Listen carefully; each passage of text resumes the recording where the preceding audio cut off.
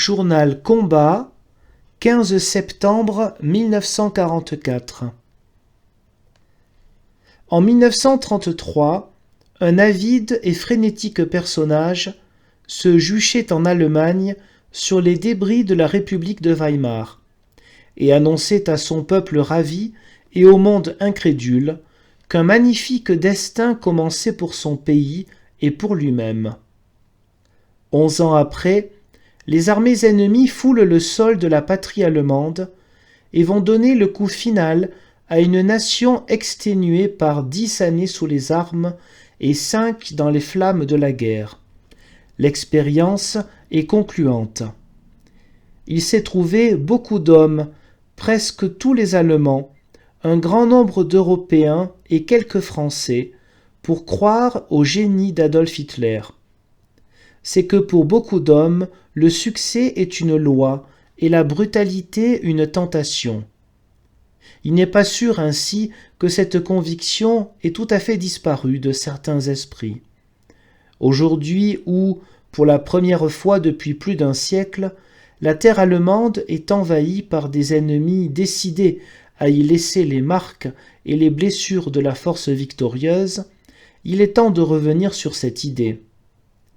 Hitler a tout joué sur le résultat.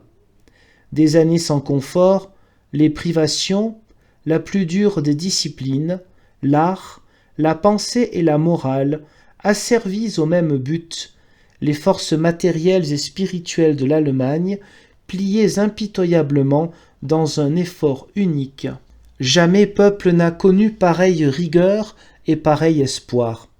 Une fois pour toutes, Hitler avait choisi pour sa nation entre le bonheur et la puissance. À sa parole, 80 millions d'êtres humains ont renoncé au bonheur le plus simple, avec le seul espoir d'être puissants un jour.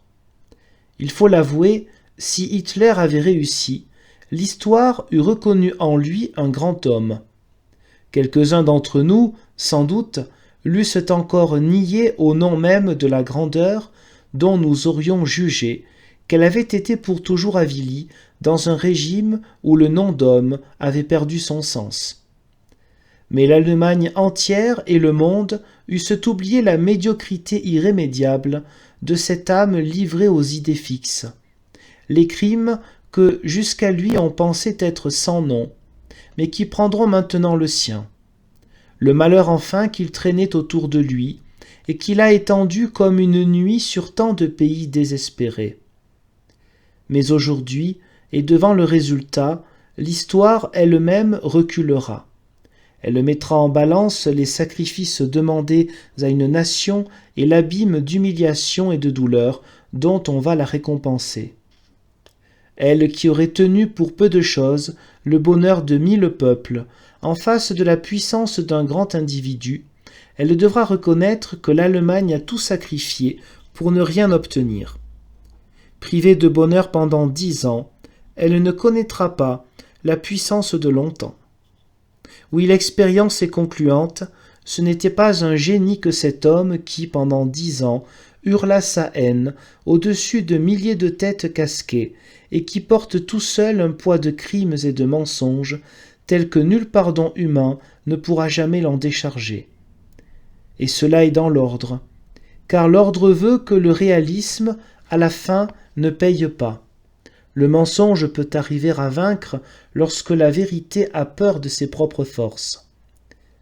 Mais il vient un temps où la vérité ne veut pas mourir et où elle cède de l'épée. De ce jour-là, le mensonge a perdu, le réalisme n'a plus sa force. Ce que le terrible exemple de cette Allemagne à l'agonie peut apprendre à des esprits libérés de la haine comme de la faiblesse, c'est qu'en histoire comme ailleurs, le génie n'est jamais dans le mensonge et qu'il est tout entier dans la vérité qui connaît sa puissance. Il nous a fallu 10 ans et des millions de morts pour reconnaître cette évidence. Du moins, ne l'oublierons-nous pas après l'avoir si chèrement payée.